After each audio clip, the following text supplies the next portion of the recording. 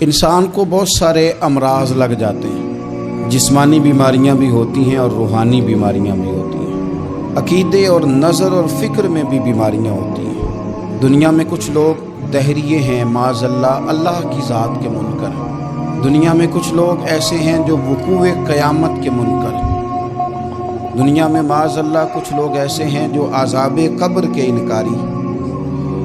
دنیا کے اندر آپ کو وہ لوگ بھی ملیں گے جو کہتے ہیں دنیا خود بخود وجود میں آ گئی۔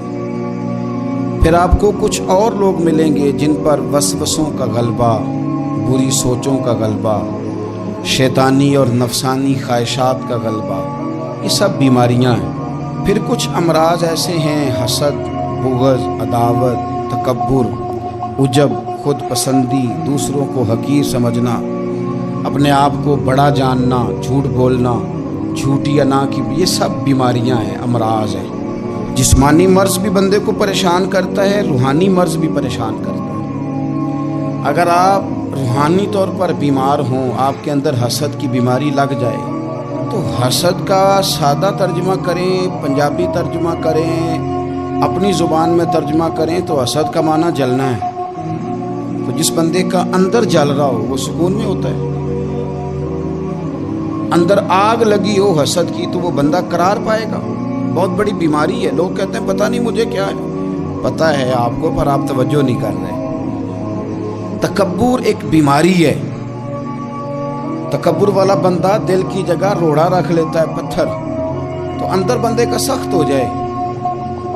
وہ ہمارے ہاں لوگ کہتے ہیں کہ میری نا ٹانگوں میں بڑی درد ہے، تو پنجابی کہتے ہیں کھلیاں پہ گئی ہیں۔ وہ کیا ہے جی؟ کہتے ہیں سخت ہو گئی ہیں ٹانگیں، چلا نہیں جاتا۔ ٹانگیں سخت ہو جائیں تو گزارا نہیں ہوتا، تو دل سخت ہو جائے تو۔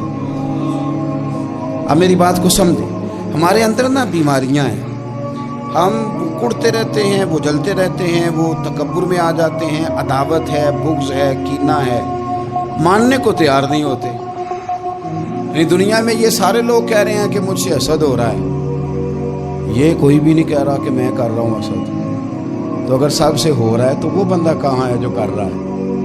سب کہتے ہیں کہ بڑا تکبر آ گیا جی لوگوں میں، تو وہ لوگ کدھر ہیں جی جو تکبر کر رہے ہیں؟ وہ بھی، اس کو بھی تو ماننا چاہیے نا میں کرتا ہوں۔ تو یہ ساری بیماریاں، جسمانی، بلڈ پریشر، شوگر اور ہیپاٹائٹس اور معاذ اللہ کینسر، اور یہ سب بیماریاں روحانی بھی جسمانی بھی، تو یا اللہ جائیں کدھر؟ فرمایا وَنُنَزِّلُ مِنَ الْقُرْآنِ مَا هُوَ شِفَاءٌ وَرَحْمَةٌ لِّلْمُؤْمِنِينَ۔ فرمایا میں نے جو تمہیں قرآن عطا فرمایا ہے نا، تو اس میں مومنوں کے لیے شفا بھی ہے اور رحمت بھی ہے۔ یہ تمہاری تمام بیماریوں کی شفا ہے، اس میں تمام بیماریوں کی۔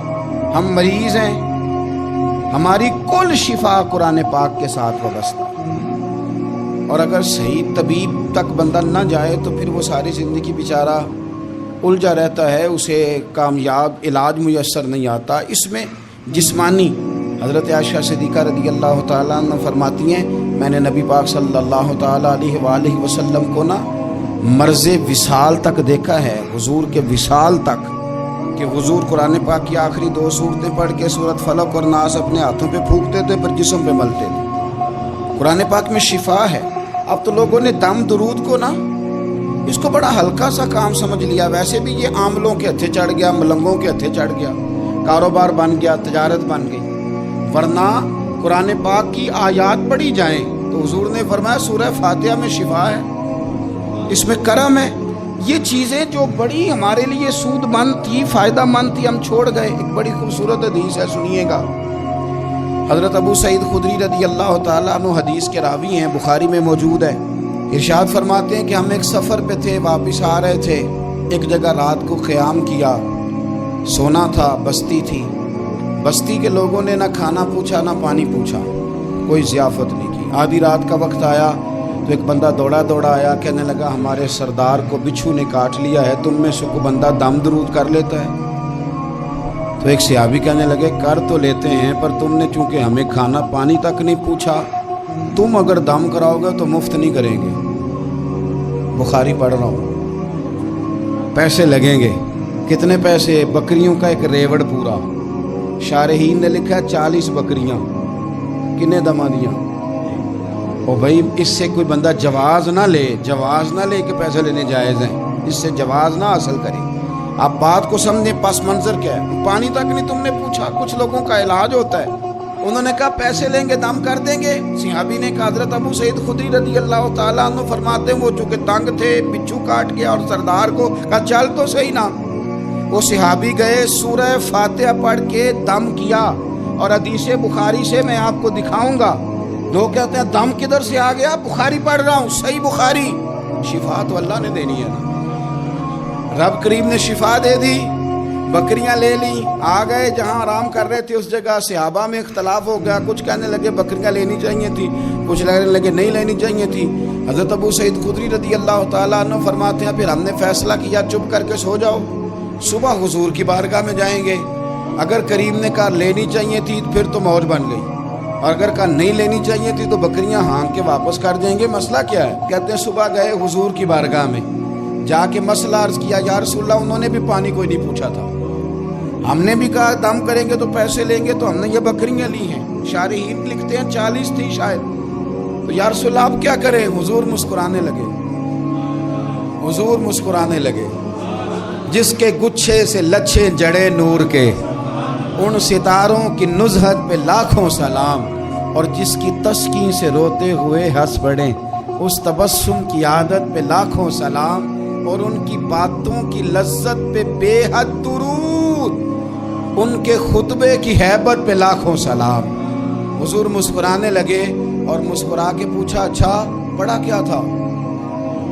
یا رسول اللہ سورہ فاتحہ۔ فرمایا سکھائی کس نے تھی؟ کہا یا رسول اللہ آپ نے۔ فرمایا پھر آدھی بکریاں میری ہیں آدھی تمہاری ہیں، اور میرا حصہ نکالو نا بھائی۔ تو قرآن پاک میں شفا ہے، قرآن حکیم میں بڑے سے بڑا مجرم ہو، کافر ہو، فاسق ہو، ایک حدیث مشکات میں موجود ہے، اس کو آپ نے دل پہ لکھ لینا ہے چونکہ معاملہ دل کا ہے۔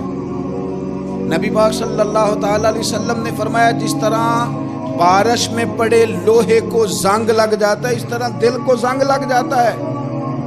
تو کہتا ہے میں بور ہو رہا ہوں پتہ نہیں کیا ہے، اور زنگ لگ گیا دل کو۔ تو کہتا ہے جناب میں پتہ نہیں سارا کچھ ہے پر دل پریشان ہو، بھئی اس کو زنگ لگ گیا ہے۔ ہم کہتے ہیں یار پتہ نہیں کیا بات ہے، پریشانی ہو، بھئی دل کو زنگ لگ گیا ہے۔ کریم فرمانے لگے جس طرح بارش میں پڑے لوہے کو زنگ لگ جاتا ہے، اس طرح دلوں کو بھی زنگ لگ جاتا ہے۔ حضور دل کو زنگ لگ جائے تو کیا کریں؟ تو حضور فرمانے لگے ایک موت کو یاد کرو اور ایک قرآن پاک کی تلاوت کیا کرو، قرآن تمہیں زنگ سے شفا دے دے گا۔ اس کو پڑھو گے تو تمہیں لطف آئے گا، اور قرآن پاک کو نا جب بندہ پڑھتا ہے نا،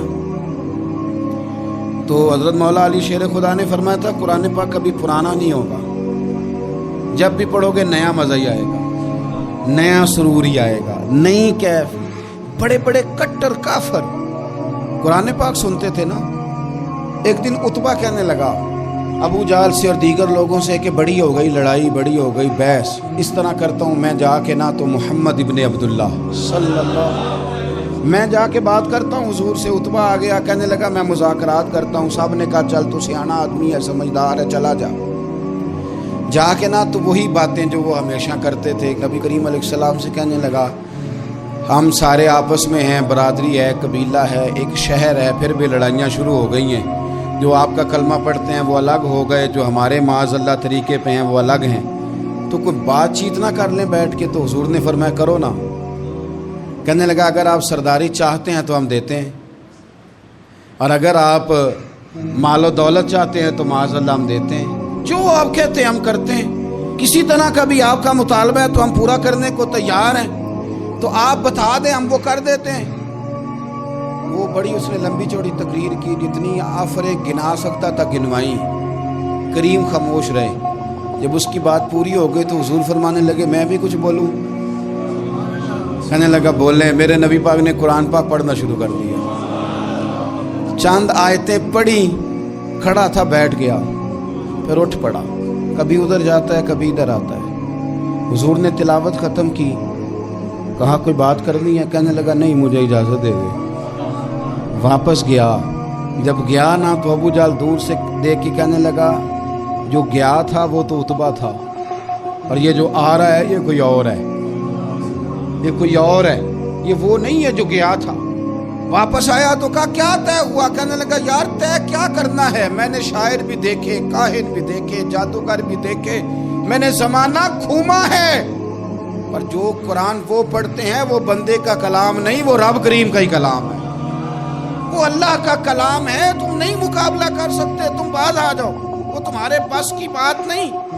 تیرے آگے ہیں یوں دبے لچے فصحا عرب کے بڑے بڑے، کوئی جان منہ میں زبان نہیں بلکہ جسم میں جان نہیں، اور کروں تیرے نام پہ جان فدا، نہ بس ایک جان دو جہاں فدا، میرا دو جہاں سے بھی نہیں جی بھرا، میں کروں کیا کروڑوں جہاں نہیں۔ طفیل بن عمر دوسی مکہ شریف آئے تجارت کے لیے، پہلے بھی آیا کرتے تھے، کہتے ہیں میں بہترین شاعر تھا، مکے آیا سامان بیچتا تھا، کچھ خرید کے لے جاتا تھا۔ ابو جال مجھے کہنے لگا تو ہمارا دوست ہے، پرانا سجن ہے، تیرا آنا جانا ہے، اور تجھے یہاں اس شہر میں چونکہ تو ہمارا مہمان ہے تو ہر بات سے آگاہ کرنا ہمارا ذمہ داری ہے۔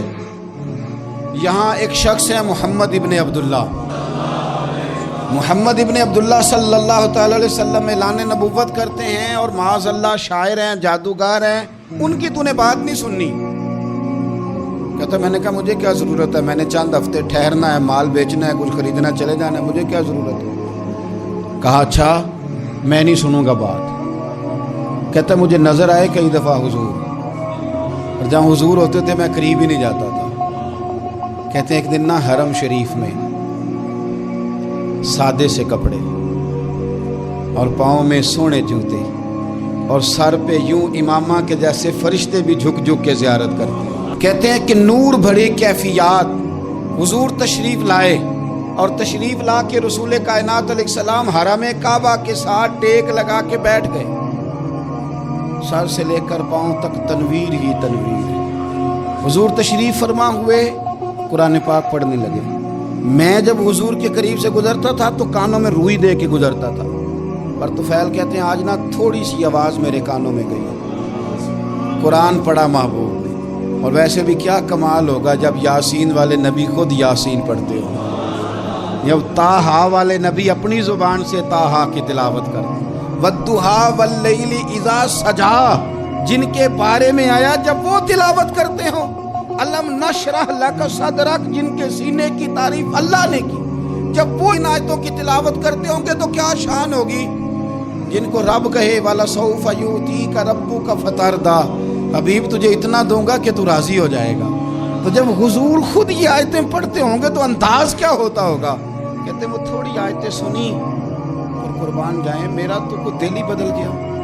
میں بڑا بہترین شاعر تھا، لفظوں کے تراشے مجھے خوب آتے تھے، الفاظ کے بام و در سے میں آگاہ تھا، اچھا ادب میں جانتا تھا، پر میں نے کہا یہ کلام، یہ انداز، لو انزلنا ھذا القرآن علی جبل لرأیتہ خاشعا متصدعا من خشیۃ اللہ، یہ انداز پتھروں پہاڑوں پہ جائے تو وہ ریزہ ریزہ ہو جائیں۔ کہتے ہیں تھوڑا سا پڑا قریب میں، اور پھر نظریں جھکائے ہوئے حضور اپنے گھر گئے، سرکار چلے تو میں پیچھے پیچھے، حضور گھر میں چلے گئے تو میں نے دروازے پہ دستک دی، باہر آئے، سلام لی، میں نے کہا محبوبہ وہ جو آپ پڑھ رہے تھے تھوڑا اور نہیں سنا دیتے، تھوڑا اور نہیں تلاوت کر دیتے؟ کہتے ہیں رسول پاک نے نا پھر قرآن پڑھنا شروع کیا، میں کبھی بیٹھتا تھا کبھی اٹھتا تھا، جب حضور نے تلاوت مکمل کی تو میں نے آگے بڑھ کے ید اللہ والا ہاتھ تھاما اور دست مبارک پکڑ کے کہا سونیا، یہ مجھے کہتے تھے نہ سننا، میں نے زمانہ دیکھا ہے، میں کوئی عام آدمی نہیں، میں سردار ہوں، میں نے دنیا دیکھی ہے، مجھے قسم ہے جو آپ کی زبان سے نکل رہا ہے وہ بشر کا کلام نہیں، آپ مجھے کلمہ پڑھائے، میں مسلمان ہونا چاہتا ہوں۔ بڑے بڑے کفل ٹوٹے، حضرت عمر بھی آئے تو آئے قرآن کی تاثیر کی برکت سے۔ حضرت صدیق اکبر نہ اپنے گھر کے سین میں بیٹھ کے قرآن پاک پڑھتے تھے تو رویا کرتے تھے، روتے تھے۔ مکے کے کچھ سردار اکٹھے ہو کے نبی کریم کی بارگاہ میں گئے، کہنے لگے ایک تو صدیق اکبر کو منع کریں کہ قرآن اونچا نہ پڑھا کریں، اور اگر اونچا پڑھنا ہے تو پھر ان سے کہیں پڑھ کے رویا نہ کرے۔ حضور نے فرمایا اپنے گھر میں بیٹھ کے پڑھتا ہے، روتا ہے، تمہیں کیا ہے؟ یا رسول اللہ، یہ ابو بکر صدیق جب قرآن پاک کی تلاوت کر کے روتے ہیں نا